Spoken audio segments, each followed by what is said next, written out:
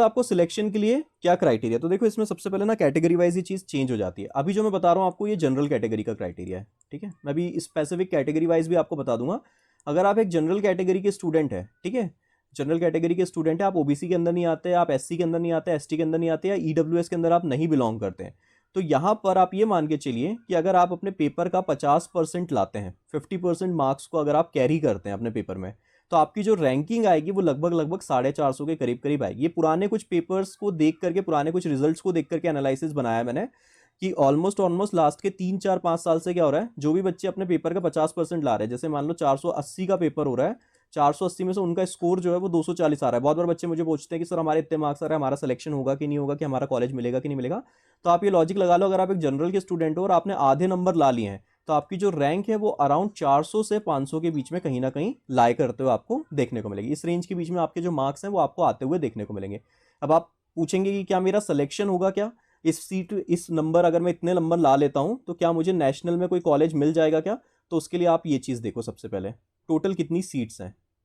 Total national की जो seats हैं वो है 493, 493 सीट्स हैं गवर्नमेंट कॉलेजेस की ऑल अक्रॉस द इंडिया, इतनी सीट्स हैं। तो आप बोलेंगे अच्छा तो मेरे तो 400 से 500 के बीच में नंबर आ रहे हैं, ऑलरेडी रैंक इतनी आ रही है, आप ही ने बोला है कि अभी अगर मैं 50% लाता हूं तो मेरी जो रैंक है वो 450 के करीब आ रही है, 400 से 500 के बीच आ रही है, टोटल सीट्स कितनी है 493 है, तो मुझे तो मिल जाना चाहिए। ऐसा नहीं होगा, क्योंकि ये जो 493 सीट्स हैं ये ओवरऑल सीट्स हैं, टोटल सीट्स हैं। इसमें स्टेट कोटा जाएगा आपका 85% और 15% जो है वो ही आपका आएगा नेशनल कोटा के अंदर। इस 15% में भी SC, ST, OBC, general, EWS के हिसाब से ये सीट्स डिवाइड होंगी।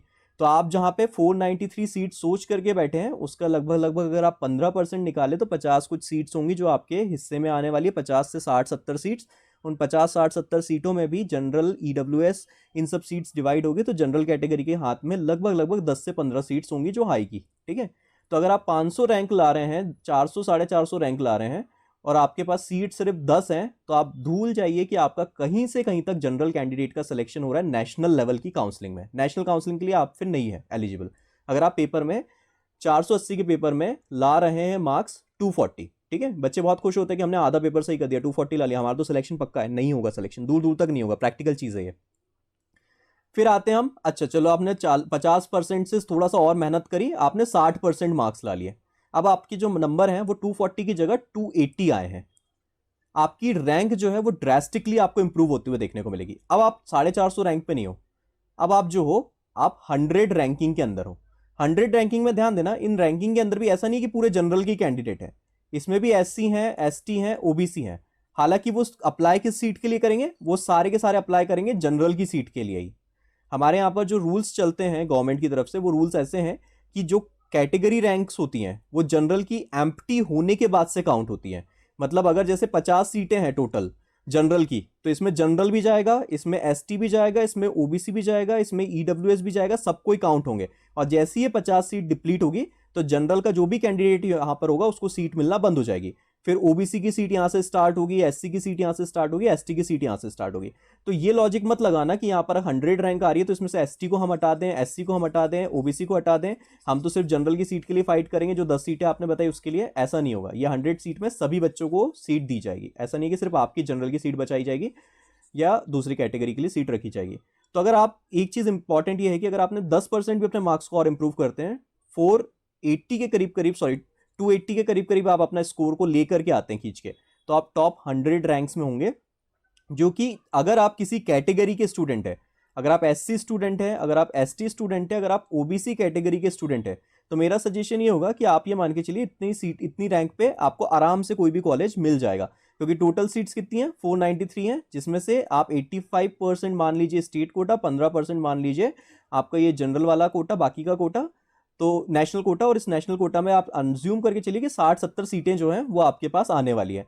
इन 60 70 सीटों में अगर आपकी रैंक 100 भी है ना, तो 100 के हिसाब से अगर आप 50 40 60 70 रैंक के आसपास कहीं आ रहे हो तो आपको चांसेस हो सकता है कि आपको सीट मिल जाए कैटेगरी का सीट लगा करके। क्योंकि बीच के बहुत से बच्चे एलिमिनेट होंगे जो जनरल होंगे, जनरल की सीट 12 ही रहेंगी या 15 ही रहेंगी, ज़्यादा से ज़्यादा 15 सीट्स रहेंगी। तो 15 के बाद के जो बच्चे हैं जनरल के, भले वो 13 16वीं रैंक भी ला करके बैठा हो, भले वो 18वीं रैंक भी ला करके बैठा हो, तो उसको सीट नहीं मिलेगी, आपको पहले सीट मिलेगी अगर आप कैटेगरी स्टूडेंट है।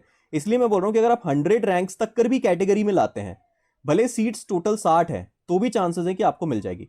पर ऑन द अदर हैंड अगर आप एक जनरल स्टूडेंट है और आप 100 रैंक ला रहे हैं तो आपको कहीं से कहीं तक दूर दूर तक कर कोई चांस नहीं है कि आपको कोई सीट मिलने वाली है एग्जाम्स में, ठीक है। तो जनरल के लिए एक और चीज बेकार है, यहां पर ध्यान रखिएगा कि 50% लाने पे सिलेक्शन नहीं होगा नेशनल में, बिल्कुल भी नहीं होगा, उम्मीद भी मत करना।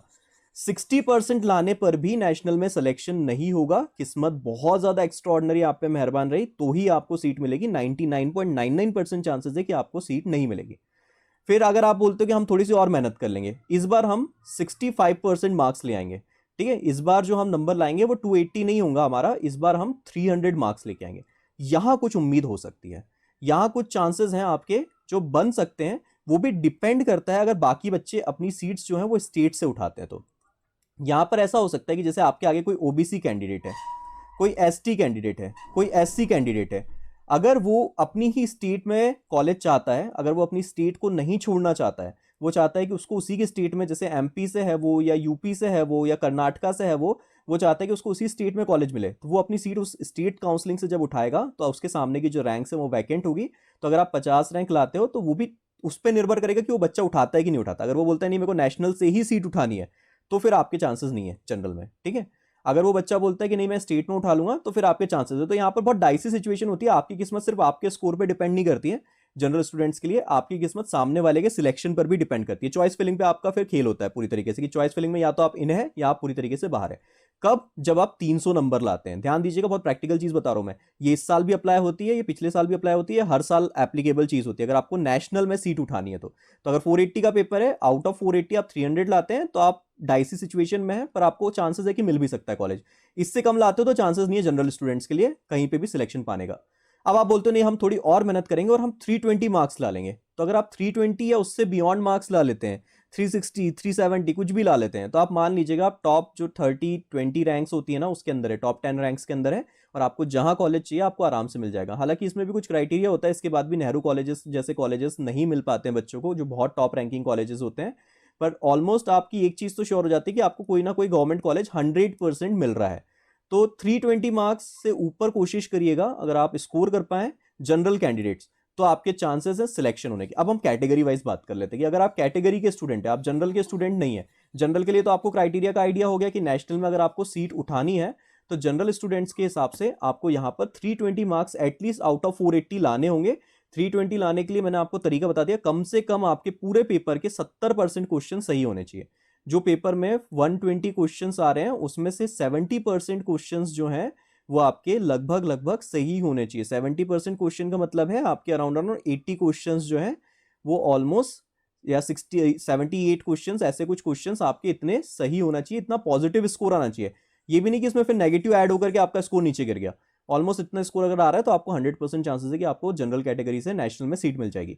अब हम आते हैं ओबीसी की सीट पे। तो ओबीसी की सीट का क्राइटेरिया ये रहता है ऑलमोस्ट कि जनरल की पहले सीट पूरी एग्जॉस्ट होती है, फिर ओबीसी की इंडिपेंडेंट कैटेगरी रैंक चलती है, सेम एसटी की भी इंडिपेंडेंट कैटेगरी रैंक चलती है और एससी की भी इंडिपेंडेंट चलती है और ईडब्ल्यूएस की भी इंडिपेंडेंट चलती है। ना तो ओबीसी का बच्चा कभी एससी की सीट काटता है, ठीक है, ना तो वो कभी एसटी की सीट काटेगा, ना ही कभी ईडब्ल्यूएस की काटेगा। सेम कहानी, एसटी का बच्चा कभी ओबीसी की सीट नहीं काटेगा, ना एससी की काटेगा, ना एसटी की काटेगा। ये चारों मिलकर के जनरल की सीट जरूर काटते हैं, ठीक है। जनरल के लिए जो असाइन सीट है वो एक्चुअली जनरल की कोई रिजर्व सीट नहीं होती है, वो ओपन टू ऑल सीट होती है, उसे ओपन सीट कहा जाता है। उसमें जनरल भी बैठता है, एससी भी बैठता है, एसटी भी बैठता है, सब बैठते हैं। तो जो शुरू की पूल की सीट्स हैं उस पर कोई भी स्टूडेंट एलिजिबल हो सकता है, कोई भी सीट उठा सकता है। पर जो कैटेगरी की सीट होती है, ओबीसी की जैसे 10 सीट फिक्स हैं तो उस पर सिर्फ ओबीसी का ही कैंडिडेट आएगा। उस पर कभी कोई जनरल नहीं आ सकता, उस पर कभी कोई ईडब्ल्यूएस नहीं आ सकता, उस पर कभी कोई एससी नहीं आ सकता, एसटी नहीं आ सकता। तो इसका एक बेनिफिट ये मिलता है कि सपोज जैसे ओबीसी के बच्चे मान लो 100 रैंक्स के अंदर हम देखें, 100 रैंक्स के अंदर आप मान लो 25 बच्चे हैं ओबीसी के, ठीक है। अब इन 25 बच्चों में से 8 बच्चे ऐसे हैं जो आपको टॉप 20 टॉप 30 रैंक्स में देखने को मिल रहे हैं। तो इन्होंने कौन सी सीट एक्वायर करी? जनरल सीट्स जो हैं या ओपन सीट्स जो हैं वो एक्वायर करी। तो 10 मान लेते हैं हम, 10 स्टूडेंट्स ऐसे हैं जिन्होंने इन जनरल की ओपन सीट्स जो है इनको एक्वायर कर लिया। अब बच्चे कितने? 15 बच्चे बचे। अब ये 15 बच्चे में जो लास्ट बच्चा है, ये बच्चे की रैंक है 100 नंबर की। तो अब क्या होगा यहाँ पर, हम जैसे ये सीट्स जनरल की एग्जॉस्ट होंगी वहां से हम गिनना स्टार्ट करेंगे ओबीसी का जो भी पहला कैंडिडेट आएगा। मान लो पहला कैंडिडेट 45 रैंक पे आया तो उसको फर्स्ट सीट मिल जाएगी ओबीसी की। दूसरा कैंडिडेट 62 रैंक पे आया तो उसको सेकंड सीट मिल जाएगी। बीच के बच्चों को हम छोड़ देंगे, चाहे वो अगर वो एससी हैं, एसटी हैं, ईडब्ल्यूएस हैं, जनरल है, उन सबको छोड़ दिया जाएगा। सिर्फ ओबीसी को काउंट किया जाएगा। उसके बाद 77 रैंक पे मान लो कोई थर्ड बच्चा मिल गया आपको, इसके बाद 82 रैंक पे मान लो फोर्थ बच्चा मिल गया, 95 पे फिफ्थ मिल गया, 100 पे आपको सिक्स्थ मिल गया। तो हाई चांसेस होते हैं कि यूजुअली जो बच्चा होता है टॉप अगर 100 रैंकिंग में आ रहा है तो वो ओबीसी कैटेगरी का है या एसटी कैटेगरी का है या एससी कैटेगरी का है या ईडब्ल्यूएस कैटेगरी का है, उसे गवर्नमेंट कॉलेज ऑलमोस्ट मिल जाता है। बहुत ही किस्मत खराब रही उसकी कि उस साल के पेपर में 100 में से 80 बच्चे ओबीसी के पास हो गए, टॉप में आ गए, तो ही उसकी सीट कटेगी, अदरवाइज चांसेस नहीं होता। क्योंकि इक्विवेलेंट रेशियो में भी डिवाइड होता है तो ऑलमोस्ट दिक्कत नहीं आती।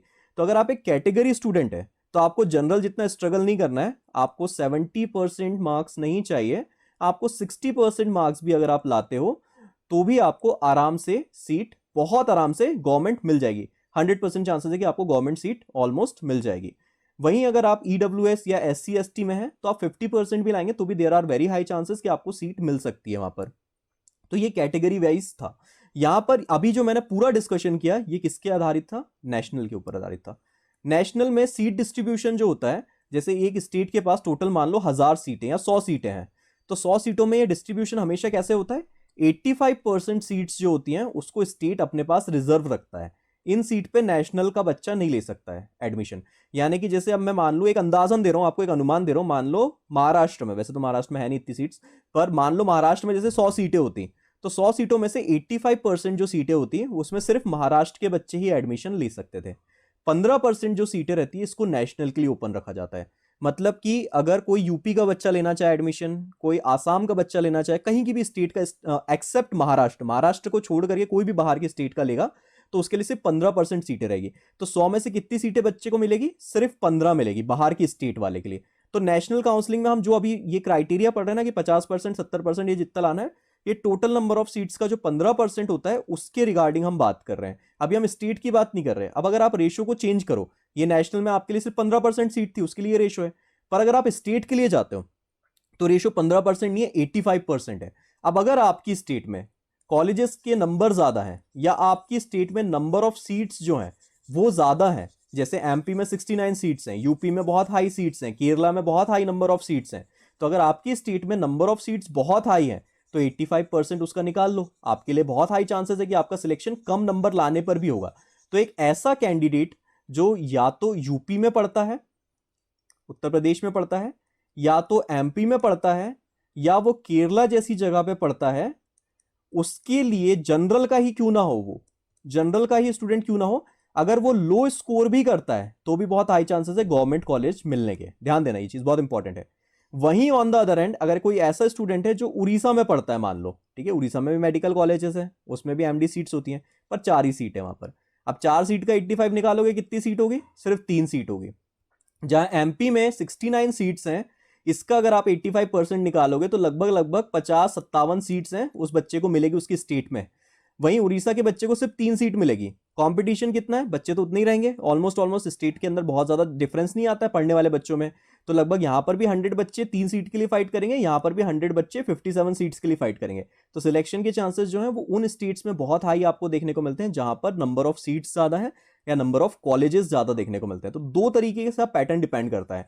एक तो होता है कैटेगरी एलिमिनेशन पैटर्न, जो नेशनल पे बहुत स्ट्रिक्टली फॉलो होता हुआ देखने को मिलता है। नेशनल में जनरल के बच्चे का सिलेक्ट होना बहुत मुश्किल होता है क्योंकि उसको नेशनल के अंदर बहुत हाई स्कोर लाना होता है। टॉप 10 मान लो आप रैंक, टॉप 10 से टॉप 20 रैंक के बीच अगर आप हो, 1 रैंक से 20 रैंक के बीच हो, तो जनरल स्टूडेंट हो, तो ही मानना कि आपकी नेशनल में कोई सीट मिलेगी, अदरवाइज नेशनल के हिसाब से आप उम्मीद छोड़ सकते हो जनरल के लिए। यहां पर बहुत स्ट्रिक्ट कैटेगरी रैंक आपको फॉलो होते हुए देखने को मिलेगी, कैटेगरी रूल बहुत स्ट्रिक्ट होता है।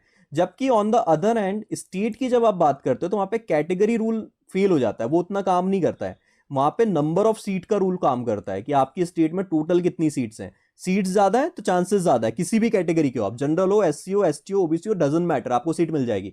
और अगर आपके यहाँ पे स्टेट में सीट जो है, नंबर ऑफ सीट्स जो हैं वो कम है अगर, तो ये मान लो कि आप फिर जनरल हो, कैटेगरी के हो, चाहे आप एसटी कैंडिडेट ही क्यों ना हो, चाहे आप ईडब्ल्यूएस कैंडिडेट ही क्यों ना हो, आपको कॉलेज में सीट शायद ना मिले।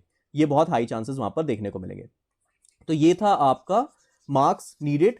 बहुत बच्चों को कंफ्यूजन होता है, हमेशा मुझसे ये पूछते हैं कि सर हमारे इतने नंबर आए हैं, हमारा सिलेक्शन होगा कि नहीं होगा। मैं उनसे 2-3 चीजें ही पूछता हूँ। पहले तो मुझे बताओ आपकी कैटेगरी क्या है, दूसरा आपका एम बताओ, आप नेशनल के लिए फाइट कर रहे हो या आप स्टेट के लिए फाइट कर रहे हो। और तीसरा मुझे ये बताओ कि आपके स्टेट में टोटल सीट्स कितनी है, अगर आप स्टेट के लिए फाइट कर रहे हो तो। अगर आपके स्टेट में सीट ज़्यादा है, चांसेस है आपका होने का। अगर सीट कम है, आपका चांसेस नहीं है। अगर आप नेशनल के लिए फाइट कर रहे हो, मुझे कैटेगरी बता दो और आपके मार्क्स बता दो, इससे पता चल जाएगा आपका हो रहा है या नहीं हो रहा है। ये चीज़ के लिए बच्चा सेम लेवल पे नहीं है। आप सभी सोचते हैं हमने सेम डेट को कोचिंग ज्वाइन करी, हमने सेम लेवल पे पढ़ना स्टार्ट किया, हमारे पास सेम किताबें, हमारे रूममेट के समान ही। आप बहुत गलत हो। आप लोगों ने सेम लेवल पे स्टार्ट नहीं किया है। आप में से एक बच्चा ऐसी रेस दौड़ रहा है जहां पर बैठने के लिए 69 सीट्स हैं, और आप में से एक बच्चा ऐसी रेस दौड़ रहा है जहां पर बैठने के लिए सिर्फ 3 सीट हैं। और दौड़ने वाले हमेशा 100 बच्चे हैं, ठीक है। तो आप ये भूल जाओ कि हमने साथ में क्लासेस स्टार्ट करी, सेम टाइम पे स्टार्ट करी। आपको अपनी मेहनत देखनी होगी, आपको कितना तेज भागना है। जो बच्चा यहाँ पे इतनी सारी सीट्स लेके बैठा है ना, वो अगर धीमे भी भागेगा तो भी उसको कोई ना कोई सीट मिल जाएगी। और जो बच्चा कम सीट्स के लिए भाग रहा है ना, या जनरल कैटेगरी का स्टूडेंट है, तो वो ये चीज दिमाग में बांध लो कि तुमको कितना तेज दौड़ना पड़ेगा अगर तुम्हें नेशनल की सीट्स चाहिए या इवन स्टेट की सीट भी चाहिए तो, ठीक है। तो कैटेगरी वालों के लिए ऑलमोस्ट हमेशा एक अपर हैंड होता है इसके अंदर, और उन बच्चों के लिए भी एक हमेशा अपर हैंड होता है जिनके स्टेट में सीट्स ज्यादा होती हैं। दोनों के लिए हमेशा बेनिफिट होता है। अगर आप दोनों ही कैटेगरी में आते हैं तो आपके लिए फिर वो घी शक्कर वाली बात है कि भैया आपको टेंशन नहीं लेना, सिर्फ थोड़ा बहुत लास्ट क्लास में पढ़ लो, सिलेक्शन हो जाएगा, अगर आपकी स्टेट में सीट्स भी ज्यादा और आप किसी कैटेगरी को बिलोंग करते हैं। पर अगर आप एक जनरल कैंडिडेट हैं और आपकी स्टेट में सीट्स भी नहीं है, तो it's like almost a suicidal पढ़ाई होगी कि आप कितनी भी मेहनत कर ले, रिजल्ट फेवरेबल नहीं रहेगा। तो ये सब बताने का मेरा मेन उद्देश्य ये है कि आपको डिमोटिवेट नहीं कर रहा हूं, या मैं डिस्क्रिमिनेट नहीं कर रहा हूं कि आप दूसरों के साथ ये कंपेयर करें कि उनके पास ज्यादा बेनिफिट है या ज्यादा लग्जरी है आपके कंपेयर में। मेरा सोल एम ये है कि आप कंपटीशन को समझ लो। पहले दिन में आपको ये क्लियर होना चाहिए कि आपको कहां फाइट कर रहे हो, आप किस लेवल पे फाइट कर रहे हो। बच्चे बहुत मेहनत करते हैं, बहुत जी जान से पढ़ते हैं, 8 घंटे लगा के पढ़ते हैं, और बाद में बोलते हैं सर हमारे 250 मार्क्स आ रहे हैं, सर हमारे 270 मार्क्स आ रहे हैं। जनरल कैंडिडेट बहुत अच्छे अच्छे बच्चों को देखा मैंने, बहुत दिल से पढ़ते हैं, शिद्दत से पूरे साल पढ़ाई करते हैं, और जब वो बोलते हैं सर हमारे 270 मार्क्स आ रहे हैं, हमें कोई नेशनल में कॉलेज मिलेगा क्या, तो वहां पे बहुत हार्ट ब्रेकिंग हो जाता है कि बच्चे ने बहुत मेहनत करी और उसको इतने नंबर लाने के बाद भी, इतनी मेहनत करने के बाद भी कोई सीट नहीं मिल रही है। तो अखरता कब है? अखरता तब है जब आप जैसे 280 पे सीट्स क्लोज हो रही है और आप 270 ला करके बैठे हो, बहुत अखरेगा, बहुत दिल से खराब होगा दिमाग, और अगले साल मेहनत करने का मन भी नहीं करेगा। जिस बच्चे के 10 नंबर आ रहे हैं, जिसके 20 नंबर आ रहे हैं, उसको कभी नहीं अखरता। तो या तो प्रिपरेशन कर रहे हो तो शिद्दत से करो कि 280 के अंदर आना है, 320 के ऊपर आना है, या तो करो ही मत। 10 नंबर 20 नंबर लाओगे, दुख नहीं होगा कि हाँ भाई अपनी तैयारी नहीं थी, अपना सिलेक्शन ही नहीं हुआ, क्योंकि अपन ने करी नहीं मेहनत, अपन दूसरी चीज में लगे थे। बट अगर मेहनत कर रहे हो तो कभी भी मेक श्योर ये करना कि बाउंड्री पे ना रहो। अगर बाउंड्री पे रह रहे हो ना, तो उससे ज्यादा डिसअपॉइंटिंग चीज कुछ नहीं हो सकती। तो कंपटीशन को फर्स्ट डे समझ लो और उसके हिसाब से लग जाओ तैयारी करने। मार्क्स समझ गए आप। अब मैं बता देता हूँ नंबर ऑफ सीट्स कितनी है अलग अलग कॉलेजेस में। अब इसमें जो सीट्स आपको यहाँ पर दिख रही है, ये सीट्स का जो रिकॉर्ड है 2020 के बाद से गवर्नमेंट की तरफ से अपडेट नहीं किया गया है, ठीक है। 2020 के बाद से जो ये सीट का मैट्रिक्स उनकी साइट पे डला हुआ था, वही सीट मैट्रिक्स मैं आपको बता रहा हूँ यहाँ पर। उसके बाद से अभी कोई नया अपडेट हमें देखने को नहीं मिल रहा, तो उसी सीट मैट्रिक्स को हम फॉलो करेंगे। इसमें कुछ अप डाउन हो सकते हैं, एक दो सीट हो सकता है नई जुड़ गई हो सकता है एक दो सीट्स घट गई हो, पर ओवरऑल रेशियो जो है वो 400 450 के आसपास से ज्यादा आपको डिफरेंस नहीं देखने को मिलेगा। मिनिमम नंबर ऑफ सीट्स जो है वो 450 मान सकते हो आप, और मैक्सिमम जो है 500 मान सकते हो। एक्चुअल जो गवर्नमेंट रिकॉर्ड के हिसाब से वो 493 सीट्स जो है वो आपको देखने को मिल रही है। आप सोचेंगे मेरे लिए सारी हैं क्या? नहीं है आपके लिए सारी। ये जो सीट्स हैं ये टोटल सीट्स हैं, इसमें से 85% जो है वो स्टेट के लिए रहेगी और 15% जो है वो नेशनल के लिए रहेगी, ठीक है। तो अगर आप मान लो गुजरात में बिलोंग करते हैं, ठीक है, गुजरात के किसी कॉलेज में आप पढ़ते हैं, आपके पास डोमिसाइल है, डोमिसाइल जरूरी होगा, या आप मान लो एमपी में पढ़ते हैं, या आप मान लो आंध्र प्रदेश में पढ़ते हैं, तो आप इस जो सीटें हैं 54, इस पूरी सीट्स के लिए एलिजिबल नहीं रहोगे कि आंध्रा में पढ़ रहा हूं तो मेरे को 54 सीट्स मिलेगी। आंध्रा में 54 का जो 85% सीट्स है ना, उसके लिए आप एलिजिबल रहोगे, और ये जो 15% है ये नेशनल में जाएगी। अगर आप एमपी में पढ़ते हो तो 69 सीट्स टोटल आपके लिए नहीं है, 69 में से भी जो 50-57 सीट्स हैं वही आपके लिए एलिजिबल रहेंगी। अगर आप उड़ीसा में पढ़ते हो, जो मैंने एग्जांपल दिया, सबसे अनफॉर्चुनेट स्टूडेंट्स उड़ीसा के ही रहते हैं कि 4 ही सीट है बेचारों के पास, ठीक है। तो यहाँ पर आप मान लो 85%, मतलब 3 सीट्स जो हैं वही सिर्फ उड़ीसा के बच्चों के लिए है, और एक सीट जो है वो नेशनल के लिए जा रही है। इतनी कम में से भी एक सीट वहां पर नेशनल के लिए रिजर्व रखी गई है। तो ये आपके लिए क्राइटेरिया रहेगा, आपको इसके लिए प्रिपेयर करना है। और इसमें भी फिर कैटेगरी चलती है, एसटी की अलग है, एससी की अलग है, जनरल की अलग है सीट्स। इस तरीके से आपको सीट डिवीजन देखने को मिलेगा। तो आप अपने लिए इस मैट्रिक्स को ब्लाइंडली मत फॉलो करना कि 450 सीट्स हैं तो आपके लिए 450 नहीं है। सबसे पहले आप ये देखना, इसको जब भी देखो, ये मैट्रिक्स में शेयर कर दूंगा, इसमें मैं एक बार रीड कर देता हूं। आंध्रा के लिए 54 सीट्स हैं, बिहार में 31 सीट्स हैं, दिल्ली में टोटल ओवरऑल 15 सीट्स हैं, गुजरात में 27 सीट्स हैं, कर्नाटका में 28 हैं, केरला में 83 सीट्स हैं, बहुत हाई नंबर ऑफ सीट्स हैं। मध्य प्रदेश में 69 सीट्स हैं, उड़ीसा में 4 हैं, तेलंगाना में 38 हैं, उत्तर प्रदेश में 51 है, वेस्ट बंगाल में 93 सीट्स हैं। टोटल करोगे तो 493 सीट्स का मैट्रिक्स आपको देखने को मिलेगा। तो इन पूरी सीट्स को मत गिनना, आप सिर्फ अपना स्टेट उठाना। पहले तो आप अपना एम क्लियर करना, आपको मैंने बता दिया अगर आप नेशनल में सीट उठाना चाहते हो तो ये टोटल 493 जो नंबर है इसका 15% निकाल लेना। ऑलमोस्ट लगभग 50 एक सीट्स के करीब आपको एक आइडिया मिलेगा, जो 50 से 60 सीट के करीब करीब सीट्स होंगी। तो एक क्राइटेरिया तो ये रख लेना कि अगर आप नेशनल के लिए फाइट कर रहे हो तो आपके पास कितनी है नेशनल में सीट्स, 60 के करीब करीब। एक अंदाजन बता रहा हूं, आप उसको डिवाइड करके निकाल लेना 15%, आपको आइडिया हो जाएगा टोटल कितनी सीट्स रहेंगी नेशनल में। तो ये नेशनल की सीट्स हो गई, जिसके लिए मैंने आपको बता दिया अगर आप कैटेगरी वाले हो तो आपको टॉप 100 में आना पड़ेगा, अगर आप जनरल वाले हो तो टॉप 10 के अंदर आना पड़ेगा आपको, ठीक है। अगर आपकी रैंक इतने के अंदर है तो ये 60 सीट में से आपको सीट मिल जाएगी। अब बचता है अगर आप स्टेट के स्टूडेंट हैं तो फिर आपको कैसे काउंट करना है। तो आपने मान लो जैसे आप दिल्ली के स्टूडेंट हो, ठीक है, तो आप ये 15 सीट्स को काउंट करना। इस 15 सीट्स में से 15% अगर हम निकाल दें तो मान लो 3 एक सीट्स हमने निकाल दी तो 12 सीट्स आपके पास रहेगी। अब ये 12 की 12 सीट्स आपकी नहीं है, आप अपनी फिर कैटेगरी देखना। सबसे पहले आपने अपनी स्टेट देखा, टोटल नंबर ऑफ सीट्स देख ली, उस टोटल नंबर ऑफ सीट्स में से 85% निकाल लिया आपने, ठीक है। आप चाहो तो अभी भी कैलकुलेट कर सकते हो, सभी को अपनी स्टेट पता है। अगर आपकी स्टेट का नाम यहां पर लिखा हुआ आपको मिलता है, ठीक है, क्योंकि देखो यहां पर पूरी स्टेट्स का नाम नहीं है, आसाम का नाम नहीं है, बहुत सी स्टेट्स का नाम यहां पर नहीं है। तो अगर आपको आपकी स्टेट का नाम यहां पर लिखा मिलता है तब तो आप स्टेट के लिए एलिजिबल हो। अगर आपकी स्टेट का नाम इस लिस्ट में नहीं डला है तो आपको ये 60 सीट के लिए ही फाइट करना है नेशनल की सिर्फ। अगर आप आसाम के स्टूडेंट हो, आप ऐसी किसी अरुणाचल प्रदेश के स्टूडेंट हो जहां पर एमडी कॉलेजेस ही नहीं है, तो आपको फिर ये 60 सीट के लिए फाइट करना है। फिर आप पे वही वाला रूल होता है कि अगर आप टॉप 10 में आते हैं तो आप जनरल हैं तो आपको सीट मिल जाएगी, अगर आप टॉप 100 में आते हैं और आप कैटेगरी के स्टूडेंट हैं तो आपको सीट मिल जाएगी बस। बट अगर आपका नाम इस स्टेट में की लिस्ट में देखने को आपको मिल रहा है, आप जिस स्टेट से बिलोंग करते हैं वो नाम आपको यहाँ पर दिख रहा है, तो आपको सबसे पहले क्या करना है, अपनी स्टेट के आगे जो नंबर लिखा है उस नंबर को नोट करना है। अभी करते चलो साथ में तो आपको एक आइडिया हो जाएगा। वो नंबर को आप देख लो, उस नंबर का 85% निकाल लो, that will be the seats जो आपको स्टेट काउंसलिंग में मिलने वाली है उसमें से ना। अब इसमें एक चीज और है, अगर मान लो आप SC ST OBC या EWS हैं तो आप अपनी कैटेगरी की सीट्स तो काउंट करेंगे ही करेंगे। ये जो आपकी 15 सीट ST की हैं ये तो काउंट करेंगे ही करेंगे, प्लस आप ये जनरल की सीट्स भी काउंट करेंगे, क्योंकि आपको इस पे भी मिलेगा ना एडवांटेज। अगर आप कैटेगरी के हैं तो आप इस सीट्स पे भी एडमिशन ले सकते हैं, अगर आप OBC के हैं तो आप अपनी OBC की 30 सीट्स तो लिखेंगे और साथ में ये जो जनरल की सीट है ना इसको भी काउंट करेंगे। That would be the actual number जो आपको मिलेगा स्टेट काउंसलिंग के अंदर। ये नंबर अगर आपको क्लियर रहता है ना तो आपको बहुत हेल्प मिलती है काउंसलिंग के लिए। टाइम पे वरी नहीं करना पड़ता आपको कि मेरा होगा कि नहीं होगा सिलेक्शन, या पेपर देके आते टाइम आपको वरी नहीं करना पड़ता, या इवन पेपर की तैयारी करते टाइम आपको वरी नहीं करना पड़ता है कि आपको पता है हाँ हमारे यहाँ तो सीट्स हैं, हम कैटेगरी के स्टूडेंट्स हैं, हमारे पास OBC का सर्टिफिकेट है, हमारी स्टेट में भी लगभग यहाँ पर 83 सीट्स हमें देखने को मिल रही है। केरला के अंदर 83 सीट्स हैं, जिसमें OBC का परसेंटेज जो है वो लगभग 30 सीट्स का है और जनरल की सीट्स जो है 40 हैं। तो हमारे पास एक तो OBC का सर्टिफिकेट है, दूसरा हमारे पास 70 सीटें हैं, तो हम कम भी मेहनत करेंगे तो चल जाएगा। वहीं ऑन द अदर हैंड कोई ऐसा स्टूडेंट है जिसको यहाँ पर सीट मिल ही नहीं रही है स्टेट में नेशनल के लिए फाइट करना, तो उसको उसकी मेहनत भी उस हिसाब से डिसाइड करनी होगी। तो आप में से हर बच्चे को अलग अलग मेहनत करनी होगी। ऐसा नहीं है कि सब एक समान टेस्ट पेपर में सॉल्व कर रहे हैं। जैसे अभी मैं टेस्ट लेता हूँ आपका, उसमें कोई कैटेगरी नहीं लगाता हूँ मैं कभी आपसे। जितने भी टेस्ट पेपर आपके होते हैं उसमें ओवरऑल रैंकिंग आपको देखने को मिलती है। एक टॉपर होता है, उसके नीचे वाला होता है, उसके नीचे वाला होता है, उसके नीचे वाला होता है। तो अगर यही रैंकिंग पैटर्न रहता तो उस हिसाब से तो जो टॉपर है उसको हमेशा कॉलेज मिलना चाहिए, जो टॉप 10 में आते हैं उसको हमेशा कॉलेज मिलना चाहिए। पर जब ये बच्चे एग्जाम में जाते हैं तो ऐसा नहीं होता है। एग्जाम में इनमें से टॉप 1 2 3 को तो मिल जाता है कॉलेज यूजुअली, जो रेगुलर टेस्ट पेपर्स में सॉल्व करते हैं। हो सकता है 4th 5th को कॉलेज ही ना मिले क्योंकि वो जनरल कैंडिडेट्स थे, और हो सकता है यहाँ पर 30 रैंक पर कोई बच्चा इन टेस्ट सीरीज को सॉल्व कर रहा होगा, 30 रैंक पे आता है और वो कॉलेज ले जा ले। तो उसका रीजन क्या है, यहाँ पर ये distribution, number of seats matrix में डिफरेंसेस होना अलग अलग स्टेट्स की, और नंबर ऑफ कैटेगरी के अंदर आपको डिफरेंस सीट्स के देखने को मिलना है, रिजर्वेशन का देखने को मिलना। तो हमेशा ये मत ब्लाइंडली भरोसे में रहना कि मैं तो हर टेस्ट में टॉप कर रहा हूँ या हर टेस्ट में अच्छे नंबर ला रहा हूँ तो मेरे को सीट मिल जाएगी। आपकी मेहनत अलग है।